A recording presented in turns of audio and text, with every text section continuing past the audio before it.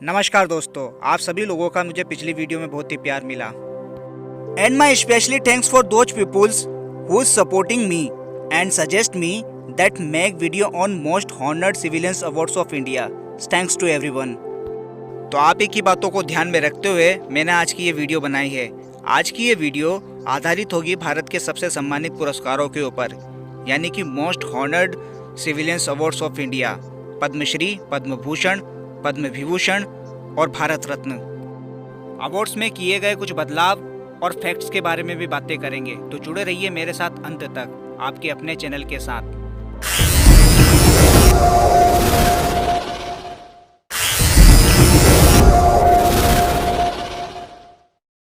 दोस्तों, हमारा देश 1947 में आज़ाद हुआ। 1950 में हमारे देश का संविधान लागू हुआ, लेकिन इसी के साथ ही कहीं ना कहीं ज़रूरत महसूस हो रही थी हमारे देश के आम जनता के लिए कुछ ना कुछ सम्मान की। तो 1954 से ही इन अवार्ड्स को दिया जाने लगा। तो आइए सबसे पहले बात कर लेते हैं देश के सबसे सम्मानित पुरस्कार भारत रत्न की। भारत रत्न भारत का सर्वोच्च नागरिक सम्मान है। यह सम्मान राष्ट्र सेवा के लिए दिया जाता है। इन सेवाओं में कला, साहित्य, विज्ञान, सार्वजनिक सेवा, खेल शामिल है। आपने यदि इन क्षेत्रों में सबसे अव्वल काम किया हो, आपने कुछ ऐसा किया हो जिसकी वजह से आप ही का ही नहीं पूरे देश का नाम रोशन हुआ हो, पूरा देश आपके उस काम की वजह से रोशन हुआ हो, तो आपको भारत रत्न मिल सकता है। भारत रत्न प्लेटिनियम का बना हुआ एक मेडल है, जिसके ऊपर देवनागरिक लिपि में भारत रत्न लिखा जाता है और पीछे देश का राष्ट्रीय चिन्ह बना हुआ रहता है। भारत रत्न प्राप्तकर्ता को किसी भी प्रकार की कोई भी धनराशि नहीं दी जाती। हाँ, एक छूट जरूर मिलती है, फर्स्ट क्लास की ट्रेन की टिकट फ्री और प्लेन की भी। भारत रत्न अब तक यानी कि 2021 तक कुल 48 लोग यानी कि 48 लोगों को मिल चुका है। 1954 में सबसे पहले भारत रत्न सर्वपल्ली राधाकृष्ण को मिला था। इसके बाद मिला था सी गोपालाचार्य को और इसके बाद सीवी रमन को। ये भारत रत्न के पहले विनर थे। राधाकृष्ण देश के दूसरे राष्ट्रपति थे, सीवी रमन वैज्ञानिक थे और सी गोपालाचार्य समाज सुधारक थे। इनके बाद भी बहुत सारे लोगों को भारत रत्न मिल चुका है, जैसे कि महान क्रिकेटर सचिन तेंदुलकर को, महान गायिका लता मंगेशकर को, देश के पहले राष्ट्रपति डॉक्टर राजेंद्र प्रसाद को, the great economist Amartya Sen को, the great social worker Mother Teresa ji को। कुछ विदेशियों को भी दिया गया है, जैसे कि नेल्सन मंडेला जो कि साउथ अफ्रीका से हैं, खान अब्दुल गफार खान जो कि फ्रंटियर गांधी के नाम से मशहूर थे, जो कि पाकिस्तान के रहने वाले थे, उन्हें भी दिया गया है। देश के पहले शिक्षा मंत्री रहे मौलाना कलाम आज़ाद को भारत रत्न मिलने वाला था, लेकिन उन्होंने लेने से मना कर दिया।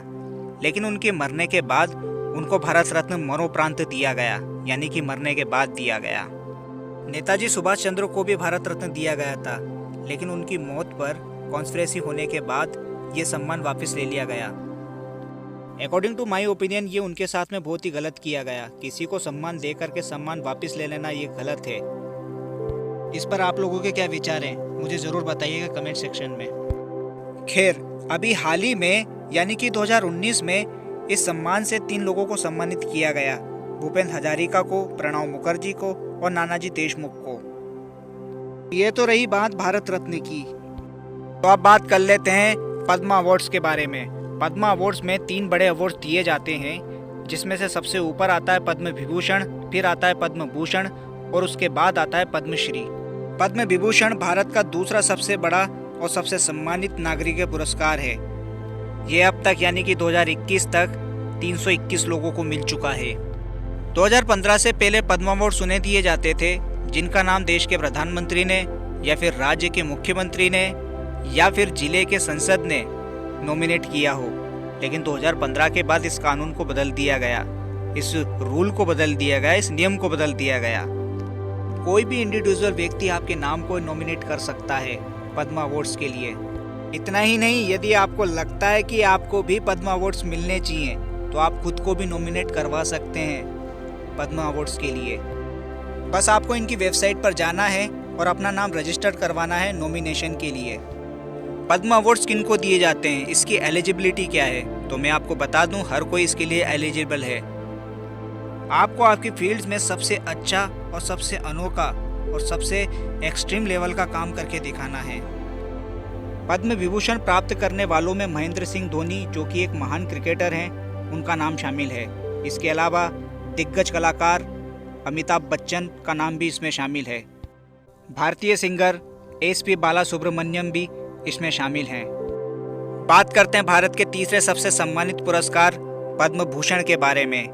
पद्म भूषण अब तक करीब 1270 लोगों को मिल चुका है 2021 तक। आगे बढ़ने से पहले मैं आपको बता दूं, पद्म अवार्ड्स को पद्म कमेटी देती है, जो कि प्रधानमंत्री की मदद से ये डिसाइड करती है कि किसको क्या मिलना चाहिए, किसको पद्म भूषण मिलना चाहिए, किसको पद्म विभूषण मिलना चाहिए, या फिर किसको पद्मश्री या फिर भारत रत्न किसको मिलना चाहिए। ये सारी चीज़ें यही लोग डिसाइड करते हैं प्रधानमंत्री की मदद से। तो जिसका जैसा काम होता है, जिसका जितना ऊंचा और सम्मानित काम होता है, उसको उतना ही ऊंचा पुरस्कार दे दिया जाता है। अभी हाल ही में के.एस. चित्रा को पद्म भूषण मिला है। ये इंडियन प्लेबैक सिंगर हैं साउथ इंडिया की। इसके अलावा दक्षिण के अमिताभ बच्चन यानी कि रजनीकांत को भी ये पुरस्कार बहुत पहले ही मिल चुका है। इसके अलावा कला के क्षेत्र में बात करें तो लक्ष्मण पाई को ये अवार्ड्स मिला था, जो कि 2021 में शांत हो गए।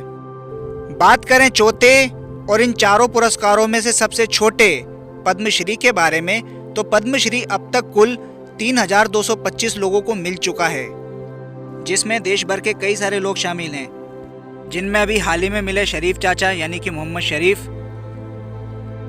हरिकल हजब्बा, तुलसी गौड़ा जैसे महान लोग भी शामिल हैं, और इनके जैसे घटिया लोग भी शामिल हैं। इनके ऊपर मैं ऑलरेडी वीडियो बना चुका हूँ, यदि आपने नहीं देखी है तो देखिएगा ज़रूर। लिंक मैं डिस्क्रिप्शन में दे दूंगा। तो इस वीडियो के माध्यम से मैंने आपको पद्मा अवार्ड्स और भारत रत्न से रिलेटेड बहुत सारी जानकारियाँ दी हैं। यदि आपको मेरा काम पसंद आया है तो आप मुझे सपोर्ट करिए। धन्यवाद।